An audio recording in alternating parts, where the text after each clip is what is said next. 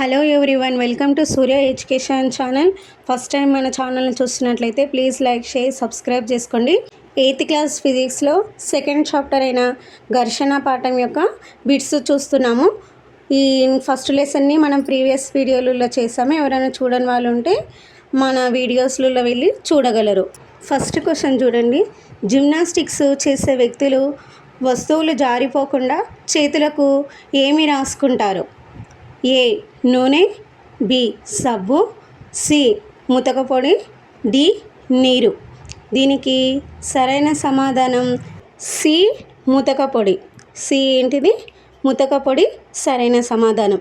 అయితే బుక్లో చూడండి, మనకు జిమ్నాస్టిక్స్ చేసే వ్యక్తులు వస్తువులు జారిపోకుండా చేతులకు పౌడర్ను రాసుకుంటారు. మనకి ఇక్కడ పౌడర్ అని వచ్చిన ఆప్షన్లో, లేకపోతే ముతక పొడి అని వచ్చిన ఏదైనా ఆన్సర్ పెట్టవచ్చు. ఇక్కడ మనకు పౌడర్ బదులు ముతక పొడి అని ఉంది కాబట్టి మనం ఆప్షను ముతక పొడి అనే ఆప్షన్ తీసుకోవాల్సి ఉంటుంది. సెకండ్ క్వశ్చన్ చూడండి. స్ప్రింగులో సాగుదల మరియు దానిపైన ప్రయోగించిన బలానికి మధ్య సంబంధం. ఏ విలోమ సంబంధం, బి సమానము, సి అనులోమానుపాతం, డి బలంపై ఆధారపడదు. దీనికి సరైన సమాధానము సి అనులోమానుపాతం.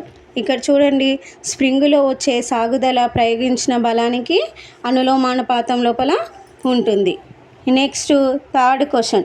పక్షులు మరియు చేపలు చలించేటప్పుడు ఎక్కువ శక్తిని కోల్పోకుండా వాటి ఆకృతి దీనిని తగ్గించే విధంగా ఉంటుంది. ఏ దొర్లుడు ఘర్షణ, బి స్థైతిక ఘర్షణ, సి జారుడు ఘర్షణ, డి ప్రవాహి ఘర్షణ. దీనికి సరైన సమాధానం డి ప్రవాహి ఘర్షణ. పక్షులు మరియు చేపలు నిరంతరం ప్రవాహాలలో చలిస్తూ ఉంటాయి. ఇవి చలించేటప్పుడు ఎక్కువ శక్తిని కోల్పోకుండా వాటి ఆకృతి అనేది ప్రవాహి ఘర్షణను తగ్గించే విధంగా ఉంటుంది. Next fourth question. ఈ క్రింది వానిలో స్వయం సర్దుబాటు బలం కలిగిన ఘర్షణ. ఏ జారుడు ఘర్షణ, బి సైదిక ఘర్షణ, సి దొర్లుడు ఘర్షణ, డి ప్రవాహి ఘర్షణ. దీనికి సరైన సమాధానం బి స్థైదిక ఘర్షణ. మళ్ళీ సైదిక ఘర్షణ అంటే చూడండి, బాహ్య బలం పనిచేస్తున్నప్పటికీ స్పర్శలో గల రెండు వస్తువుల తలాలు పరస్పరం నిశ్చల స్థితిలో ఉంటే ఆ తలాల మధ్య గల ఘర్షణను మనం ఏమంటాము? స్థైతిక ఘర్షణ అని చెప్తాము. ఈ స్థైతిక ఘర్షణ అనేది స్వయం సర్దుబాటును కలిగి ఉంటుంది, అంటే సెల్ఫ్ అడ్జస్ట్మెంట్ ఫోర్స్గా చెప్పుకోవచ్చు. ఇంతటితో ఈ లెసన్కి సంబంధించిన బుక్ ఎన్నుకున్న బిట్స్ అయిపోయినాయి.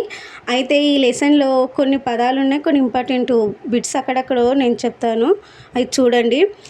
హిట్ షీల్డ్ అంటే ఏంది అంటే, భూ వాతావరణంలోనికి వచ్చే అంతరిక్ష నౌకలకు ఈ హిట్ షీల్డ్ అనేటివి అమర్చుతారు అనేటివి మనం ఈ వర్డ్ గుర్తుపెట్టుకోవాలి.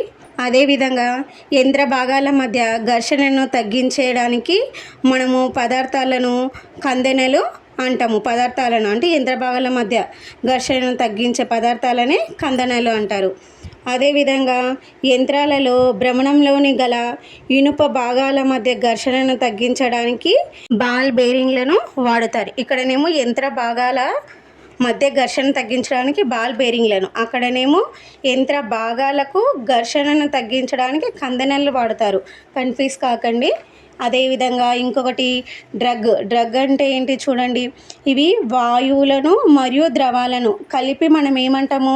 ప్రవాహులు అని పిలుస్తారు. వస్తువులు ప్రవాహుల గుండా చలించేటప్పుడు ప్రవాహులు వస్తువులపైన కలుగచేసే బలాన్ని ప్రవాహి ఘర్షణ అంటాం. దీనిని డ్రగ్ అని కూడా పిలుస్తారు. డ్రగ్ అంటే ఏంది? వస్తువులు ప్రవాహుల గుండా చలించేటప్పుడు ప్రవాహుల వస్తువులపైన కలుగజేసే బలాన్ని ప్రవాహి ఘర్షణ అంటారు.